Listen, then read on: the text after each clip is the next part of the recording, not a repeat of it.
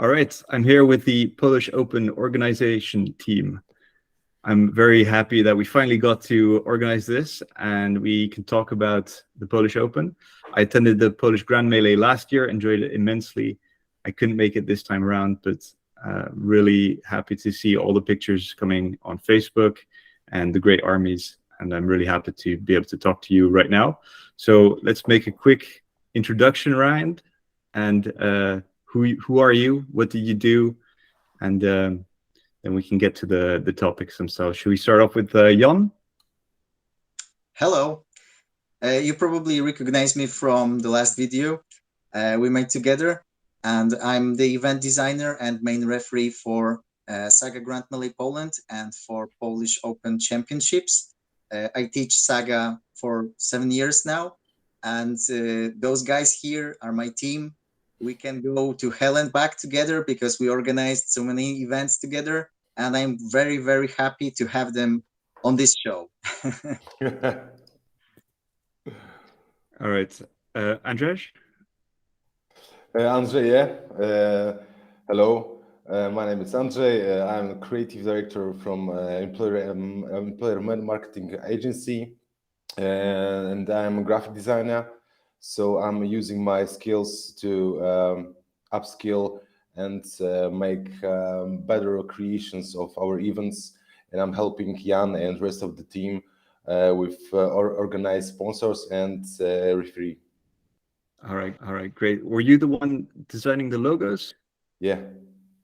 Nice. I always love your logos. I always envy them compared to my very poor PowerPoint mashups. But great to definitely will. All right, let's move on to Radek. Hey guys, I'm Radek. I'm co-organizer of the Saga events in Poland for about 3 years. Jan, I think, correct me if I'm wrong, but it's already 3 years. My role is to coordinate the whole process, yes, and usually also in the end, in the last day, to cover all the gaps, yes, because always something happens. Apart from that, I'm rather a competitive player, yes, and I'm taking part in as a player also in the event, yes. If there is free space, usually there is. I think we're also talking to the 2022 yes, we talk Age of Vikings correct champion of Poland right now. Correct. very, very humble. Okay, great. And Jakub, could you introduce yourself, please? Hi, I'm Jakub. I play Saga, well, much less competitive than guys that already talked. But I joined the team last year to help them with the terrain base, because I think that there is a chance to, gather our own terrain base and make better tournaments in the future with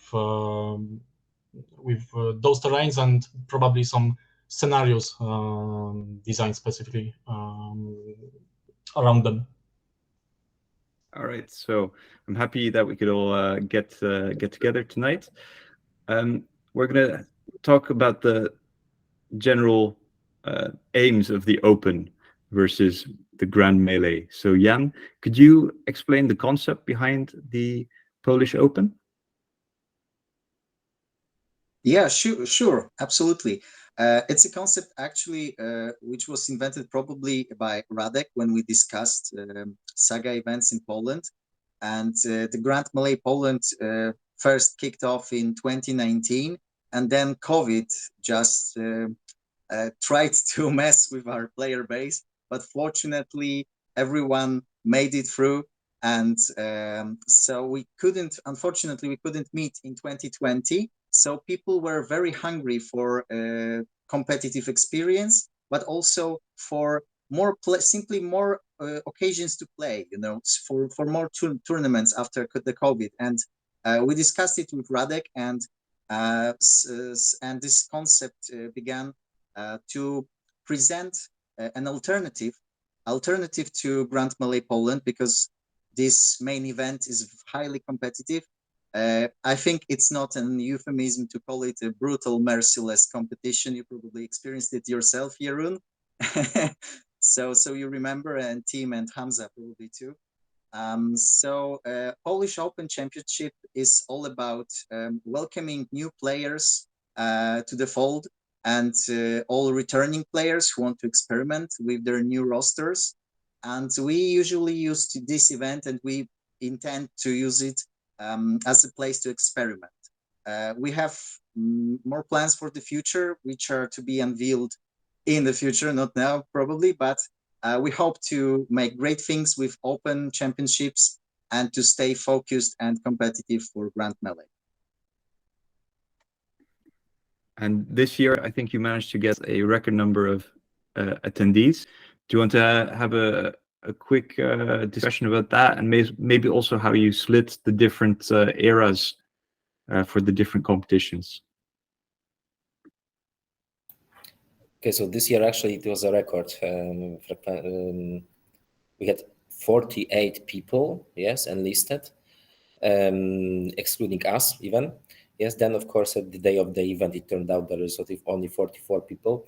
Yes, we joined, we could play till the end of the game. They were there till the end of the second day.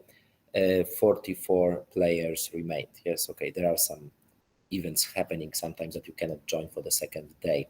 So this was absolutely a success. We perceive it like this. We of course hunger for more. Yes, so next events we would like to have even bigger. Yes, maybe 60 people, something like this.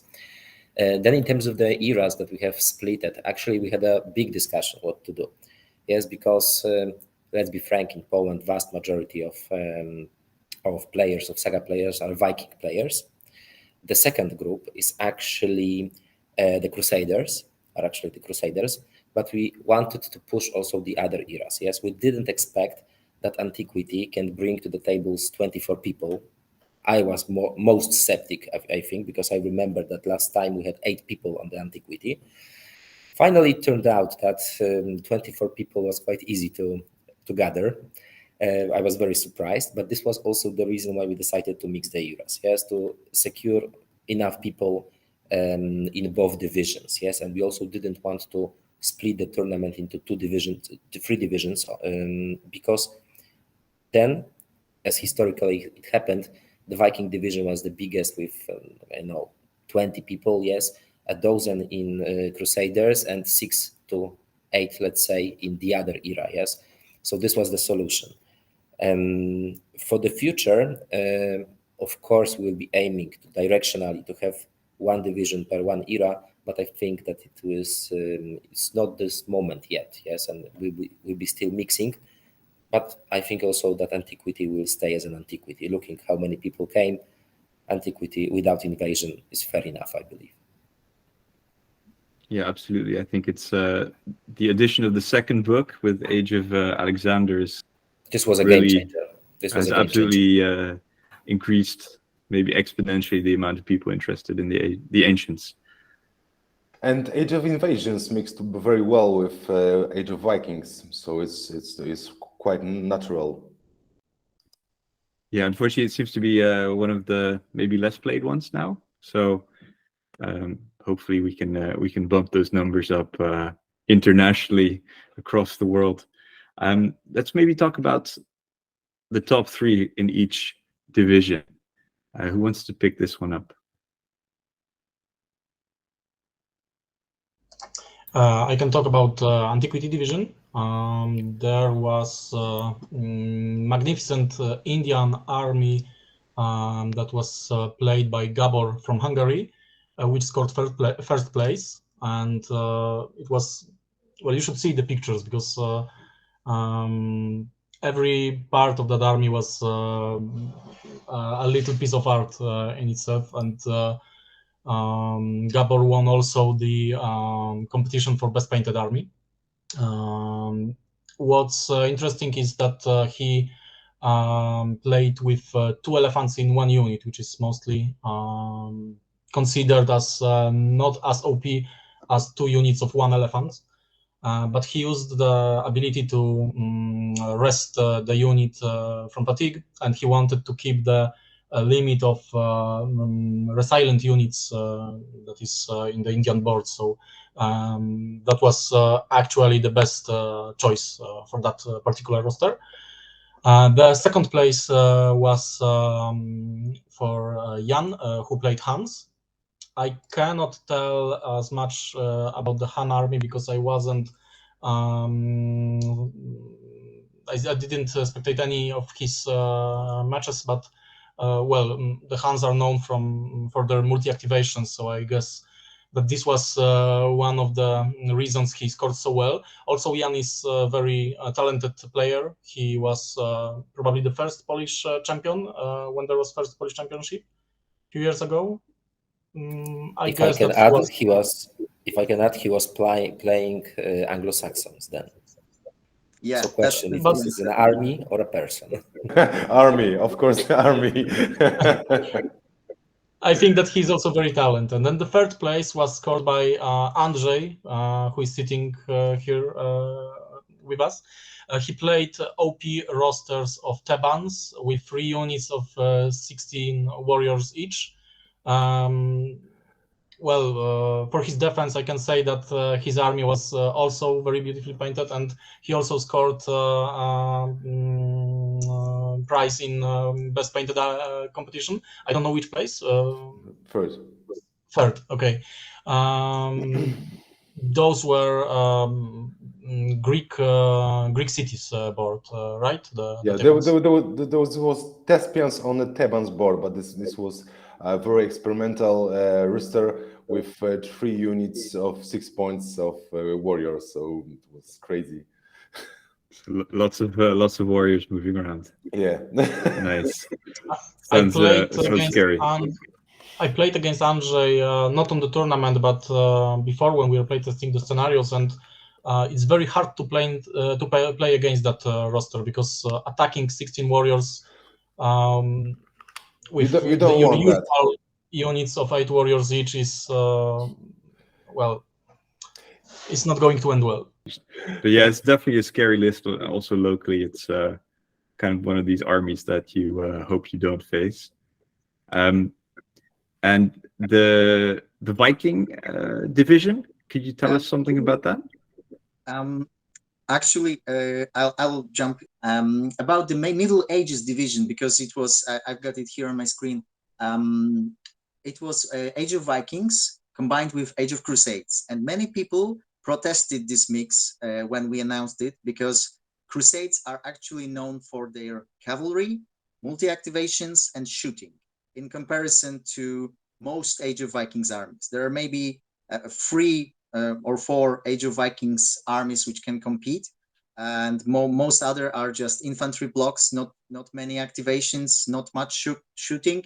But well, as I expected, I must say, some of them did really well because the first place in Middle Ages division went to Normans actually, and this isn't a surprise because Normans are a faction with one step further towards Age of Crusades in terms of design. They have a lot of activation reactions. They have this double L shot, and when you mix their warriors with javelins and mounted hard guards wisely, you can receive a very potent army. So Piotr Holanowski, who is a very experienced player, and he plays Normans for years, he won the Middle Ages division. The second one was Michał Pisarski, whom you probably met on the battlefield, Jeroen. He plays Milites Christi, and his army revolves around mercenary units of Western Knights and Turco Poles, but on Polish Open, we cut down the number of mercenaries to just 1 unit per army because we wanted to allow those new players to get a burden off their back, right? Because in Saga, you need to keep track of your own battle board, of your enemy's battle board, and then you got mercenary units which got their own rules. So we didn't want too many mercenary units. Keep it easy. Yeah, keep it easy. That's right. That's right. We wanted to keep it easy. But still, Michał managed to get the second place with Milites Christi. And then the third place went to, again, Normans with Filip Janicki at the helm. And Filip is actually also an experienced player. He joined pretty recently, but he is already experienced, and probably because of his character, because he's a very, very fun guy. I suppose that people are having too much fun playing with him, and that's how he wins their hearts too. So so we got 2 Normans in the top 3 and 1 Militus Christi, but we need to say that 2 next places were from Age of Crusades. So overall, Age of Vikings stood their ground, but only with mounted armies and activation reactions, and with shooting. And then we got Baltic Crusaders and Mongols, and Mongols actually scored the biggest sum of massacre points, absurd, because it was 124 points for 5 scenarios, and the next one in line was 99 or something like that. So 25 points of difference. It's like a 6 game could have been played, right? And that sounds probably historically accurate for the Mongols, though. Yeah, that's right. So you need to take into account that those ages don't mix very well, but we wanted to check it out, and what better place to do it than Polish Open, right? We wouldn't do it in a Grand Melee situation. Sure, that's good to hear. So you were also a few months out from all the FAQs coming out. Did you see any impact or any complaints or people saying anything about the new rules or the new version of the rules dropping? Yeah. Actually, the bigger impact was from the main rule book than the 2023 Antiquity FAQ, because the change in Persians was quickly corrected by the community, because there was actually a mistake in the English FAQ for Age of Alexander, and it said that a melee ability, which gives you certain melee benefits, is actually an activation ability, and in the French FAQ it says directly opposite, that it's like a correction for anyone who thought that this melee ability is an activation, and in English FAQ they got it wrong. So there was a brief discussion about that, but Persian players managed to do well with even with a nerf. I mean, as well as they could with those scenarios they got, which is to talk later.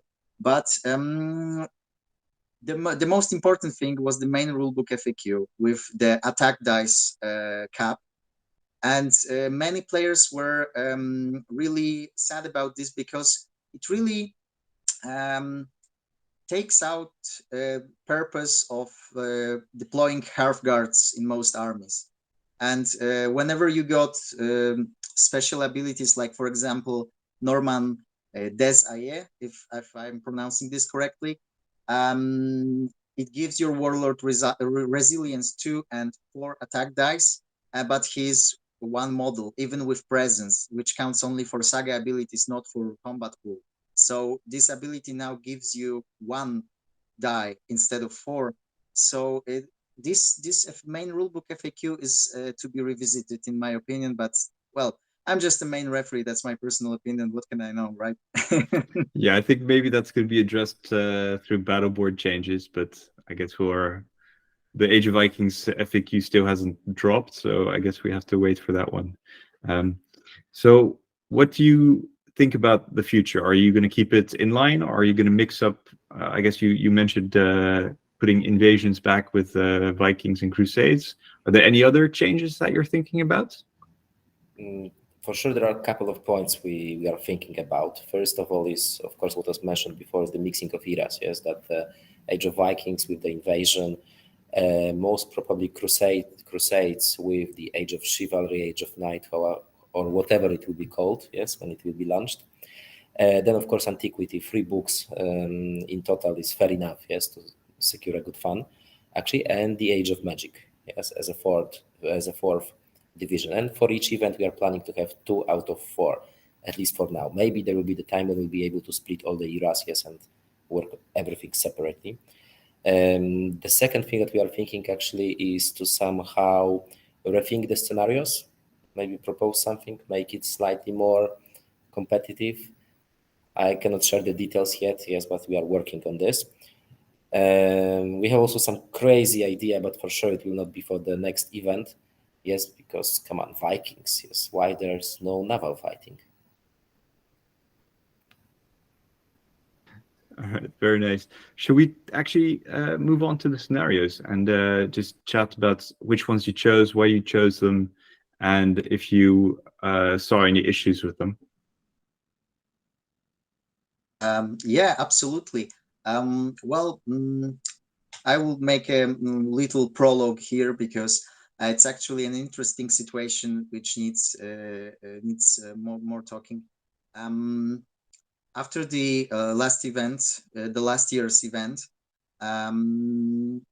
Saga Grand Melee Poland 2022, our players in Saga community told us that, well, there aren't many new scenarios and we have to wait for new Book of Battles or any updates for the recent ones. So, well, let's try something new. And we decided to take Age of Invasions scenarios to the table.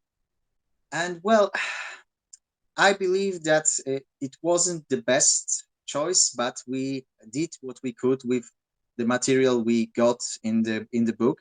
And well, we actually made rules clarifications and scenario changes for 2 pages in our rule set for the event. That's how many mistakes or misreads could have been made with those scenarios. And we outright banned disallowed retreat because it's really unbalanced and barely playable, if playable at all.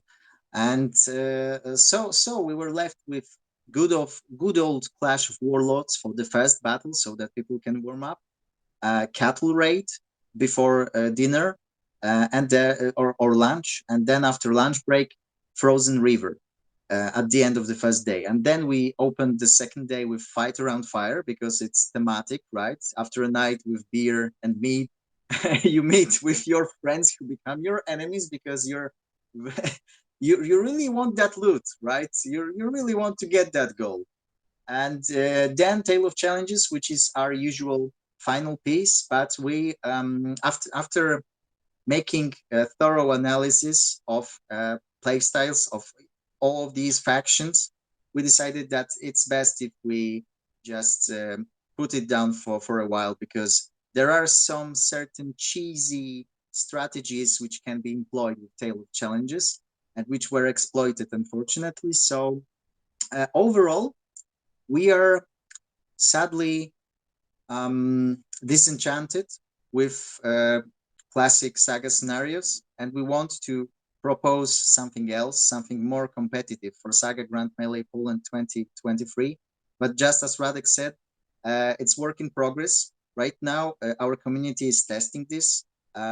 Actually, some people are proposing their own scenarios, and we're also going to test them. So we got like half a year almost, and we're going to make sure that everything is going to be top notch for the event.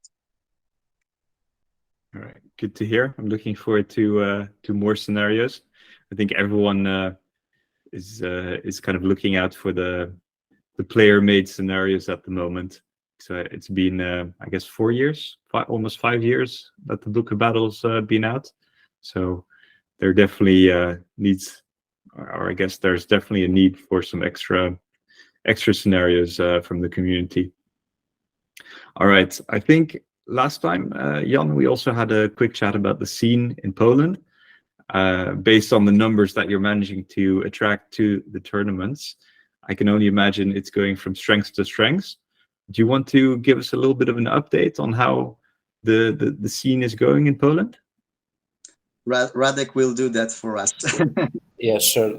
We are looking through the years how it is happening. Yes, the first tournament, 2019, it was 20-something people. Yes, something like this, grouped into 2 divisions. Yes, then from year on year, the number of players is increasing. Currently, we've moved from this 20-something to almost 50. Yes, we expect to have even 60. So I think that the scene is clearly developing, although on the forum, on the Polish group, let's say Facebook group, there was already a discussion if the game is dying or not. Yes, and then a month later, there's 48 people in the room playing Saga. Yes, so I think it's not dying, clearly. And what is the strength of the community actually is that it's not concentrated in only one city. It's not only Warsaw, definitely. We have also a lot of guests. I would assess that around half of the players are actually from Warsaw or from the neighborhood. Yes, the other half is coming from other countries, as you know perfectly, but also from towns or cities like Kędzierzyn-Koźle, like Gdańsk, yes, like Lublin, Poznań, Wrocław. We are still waiting for Kraków and Łódź. So, okay, I issue a challenge to those cities. Perhaps the guys will start joining. Yes, and also, so this is the scene, it's developing clearly. Also need to mention Helmża as one of the best organized, let's say, group, yes, in terms of the gaming club, let's say.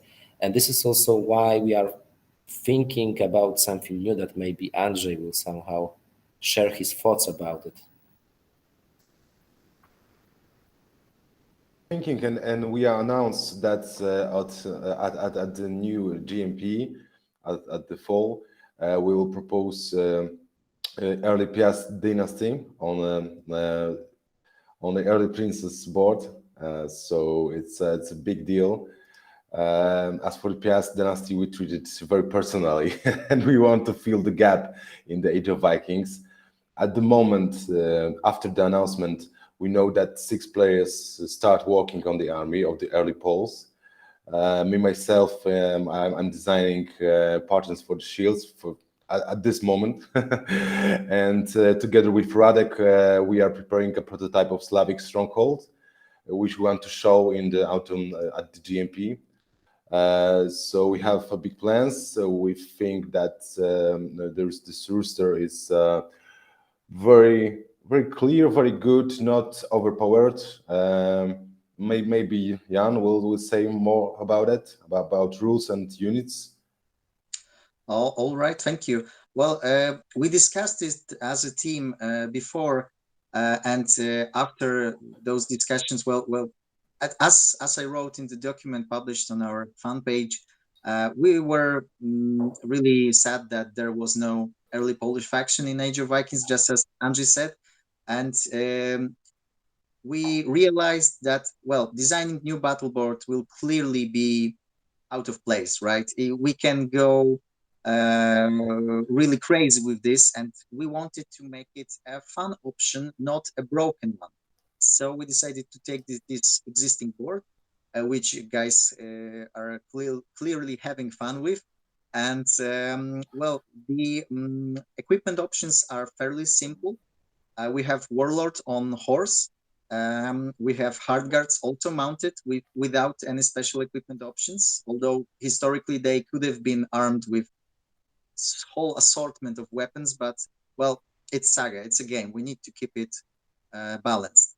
And then we have warriors on horses with javelins, which are actually, I think, one of the most underrated units whenever I read discussions on the international Saga group. People are always talking, wow, the Hard Guards are super duper, and levies in certain situations can also be great, but everyone is underestimating, or most people are underestimating, the humble warrior. And we wanted to give them some spotlight because those were junior drużyna. They were aspiring to become those bodyguards for the prince, and they were assisting the main host of Loricati, which is Latin for pancerni in Polish, and armored ones in English. And those were the Hard Guards, and they were assisting them, providing scouting, and they were lightly armored. They also flanked during battle. So javelins seem okay here, not composite bows because we weren't exactly famous of them, but Andrzej Andrzej is really he really dug deep into the topic, and he found historical sources mentioning Polish mounted archers, and well, they were actually more prominent later. But like wrapping this. They are using the Hungarian style of archery from the horse, but I will of course use them in my battle board because I want them, and I believe that there was some mounted archers. So I will use this step nomads as normal Polish horse archers. Yeah, so just for everyone who's interested, on the Polish Grand Melee Facebook page, there's a download of a PDF with the change in the roster and also some Q&A on the choices that you've made. Personally, I'm always looking for a new warband to make. So if one of you can provide a handy step-by-step guide as to which kits and what the equipment looks like, and maybe some I'm not sure heraldry is the correct term, but maybe some how they looked like, that would be perfect, and it would definitely get some hobby juices flowing. Yes, we already share different opinions about how to make this army. Yes, so 3D printing, maybe ready models. Yes, maybe some resin models. So yeah, but we have at this moment we have this easy mode, and we have some more difficult modes. So it's not so difficult to make it. So I think it will be done. All right, looking forward to that. So there's quite a big teaser for the upcoming Grand Melee. Would you like to share the information that you do have? I know it's not completely finalized yet, but just so people can block in their agendas already. I'll just jump here, and I'd like to hear from Jakub about the terrain base we're preparing for the event, because it's going to be fairly standardized and competitive. Well, it's not much to talk about really, because it's the standard terrain base from rulebook. We are in production. I have a few meters from me about 40 hills that I'm working on. In Tuesday, I guess, I will get from Radek the materials for flat terrain, like scrublands or forests or fields. And that's the minimum requirement we need to have to play usual Saga games. We also have a fair amount of rivers and bridges. You saw that on the last tournament. But there are also some more ambitious plans. I don't know how much really I can tell, because those are connected with everything. Those little secrets. Yes, there are some plans to make buildings, maybe plans to make some ships. Well, I'm really not sure if it's the right moment to tell everything. All right. Yeah, well, but we have plans to keep it very professional. We are creating our ruins, and I'm working on swamps. So we want to give a new look, and our goal is to show Saga, but also whole hobby in a slightly different light. We strive to popularize wargaming and encourage young people to play it. We try to take care of quality communication. As I said before, we are working on a field base, as Kuba said just now. We are trying to make GMP to take a place in prestigious locations, accessible to people from the outside. It's very important to us, and it's quite different from other events and our past events, because our location was closed to people from the outside. So we want to go to normal citizens and show them our great hobby. All right, looking forward to getting some more information once you're ready to share. From my side, those are the kind of high-level questions that I wanted to ask. I'm looking forward. I'm lobbying my wife to let me go to the Grand Melee later in the year. So looking forward to hearing when that's going to be. Thanks a lot, guys, for taking the time to share the amazing stuff you're doing in Poland, and looking forward to getting more information about the Piast Dynasty and all the other stuff that you're working on. So we also thank you for the call. Yes, that we could tell you what we are doing, what we are working on. I assure you that we are also working let's say, on our wives, on our girlfriends, to let us go to the Germany in November. So we are trying to convince them. I hope we will be able to send at least one team. Yes, it's going to be a Grand Melee, or it's going to be Team Poland 1 or 2. We don't know, but we are trying to. We will, for sure, we will be there. All right, great. Looking forward to seeing all of you very soon. Thank you very much. And, do you have plans to be in Germany? I need to yeah, it's going to be a tough one. It's going to be probably a choice between the World Cup or the Polish Open or the Polish Grand Melee. So you know what to choose. Yeah. it's an easy choice. It's Easy easy. choice, I'll see you in Warsaw. Yes, let's see in Warsaw. But this is also why we want to split the events. Yes, there will be 2 months most probably between both of them. So perhaps we will manage to be also there. Look, we are able to. Let's hope so. All right. Thank you very much, guys. Take care. Thank you. See you. Thank you. Bye. See you. Bye.